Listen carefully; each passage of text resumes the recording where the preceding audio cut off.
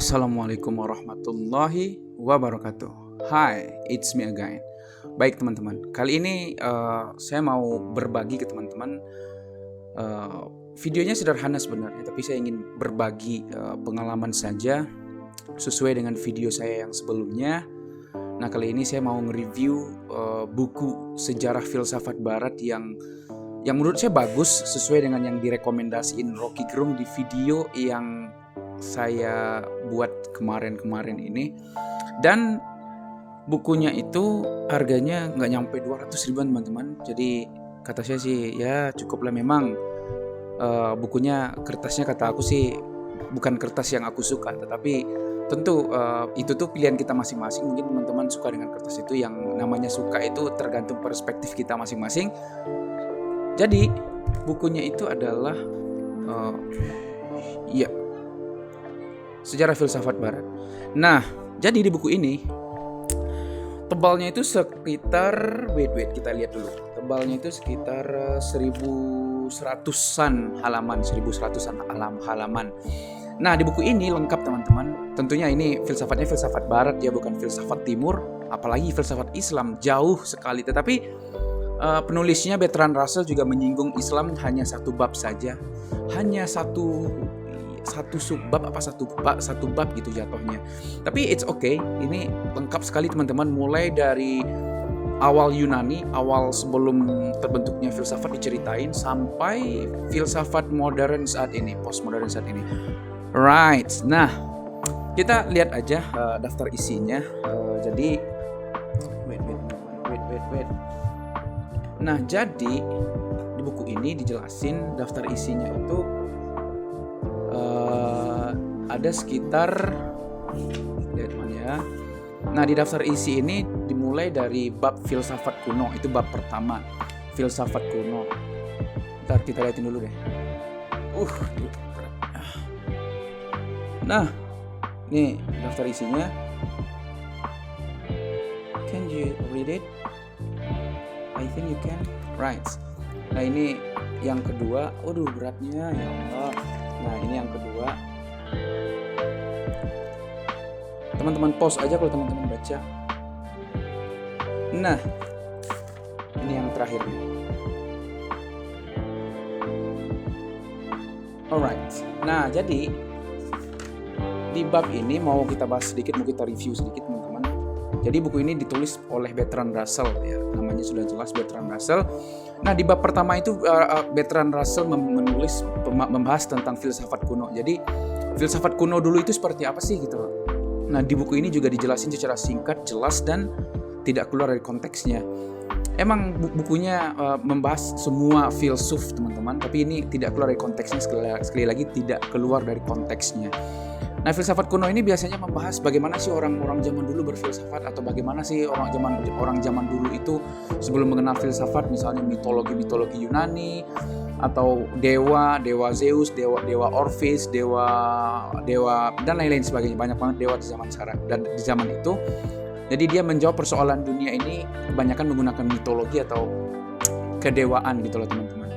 Nah, di bab kedua masuk ke zaman Prasokrates. Nah, mungkin maksudnya itu sebelum Sokrates teman-teman.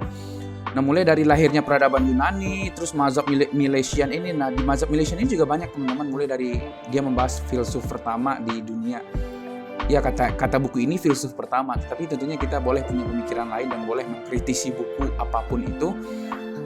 Dan di mazhab di subbab Milesian ini juga membahas tentang Thales, Anaximenes dan lain-lain sebagainya. Terus masuk ke subbab berikutnya Pythagoras, Heraklitus, Parmenides, Empedokles, Athena dan hubungannya dengan kebudayaan, Anaxagoras, kaum Atomis, Protagoras. Nah, setelah itu Bertrand Russell juga menulis ke bab kedua maksudnya, di zaman Sokrates, Plato dan Aristoteles. Nah, ini bagus nih, maksudnya kan terkenal tuh, Sokrates terkenal, Plato terkenal, Aristoteles terkenal. Jadi sorry teman-teman, nih panas banget ya Allah. Aduh, gila sih, panas. Pasti nggak mempan, right? Nah, setelah itu masuk ke bab ketiga, membahas tentang filsafat kuno pasca setelah Aristoteles.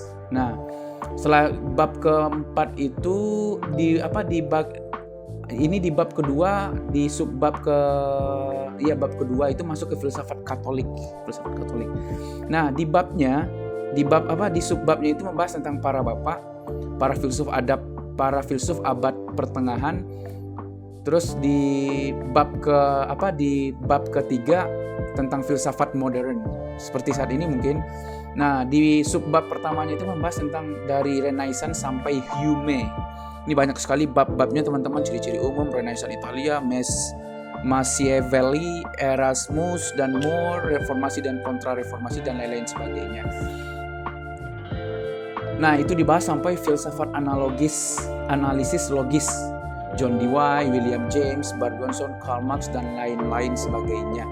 Nah, jadi di buku ini lengkap membahas para filsuf barat di waktu itu teman-teman. Nah, memang bukunya tidak membahas secara mendalam, tetapi tidak keluar dari konteksnya. Dengan membaca ini kita paham sejarah atau paham riwayat hidup, paham cara pemikiran, paham cara berpikir filsuf-filsuf terdahulu di barat. Nah, jadi mungkin nanti bakal kita bikinin audiobooknya di playlist terpisah di channel ini, teman-teman. Cek aja di kolom playlist. Nah, di situ bakal kita bikin audiobooknya. Mungkin teman-teman ingin mendengar bukunya seperti apa, nanti kita bikinin audiobooknya. Cek aja di playlist, oke? Nah, mungkin di suatu saat nanti kita juga bakal bahas bahas secara ringkas, padat dan jelas nanti poin-poin dari babnya apa saja di video terpisah nanti ke pembelajaran filsafat. Nanti kita bikinin playlist terpisah juga. Nah, seperti itu teman-teman review buku kali ini.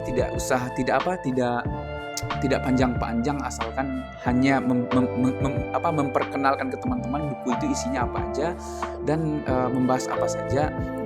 Jadi seperti saya bilang tadi, mungkin saya bikin playlist filsafat untuk membahas para filsafat nantinya, dan audiobooknya kalau teman-teman ingin membaca buku-buku seperti ini. Right teman-teman, thank you very much. Thank you for watching this video. Don't forget to support my channel to grow up. Yes, to grow up, and subscribe my channel and like my video if you like that video, or dislike my video if you don't like the video, right? And then don't forget follow my Instagram, my social media, my TikTok account, link down below di kolom deskripsi. Jangan lupa di support kita berteman di sosial media. Teman-teman bisa mengajukan pertanyaan, bisa berdiskusi juga di sana, dan mungkin teman-teman punya ide untuk dibahas, teman-teman bisa DM saya via sosial media atau tulis di kolom komentar. Insyaallah saya bakal bahas pelan-pelan satu persatu. Right, thank you very much. Thank you for watching this video.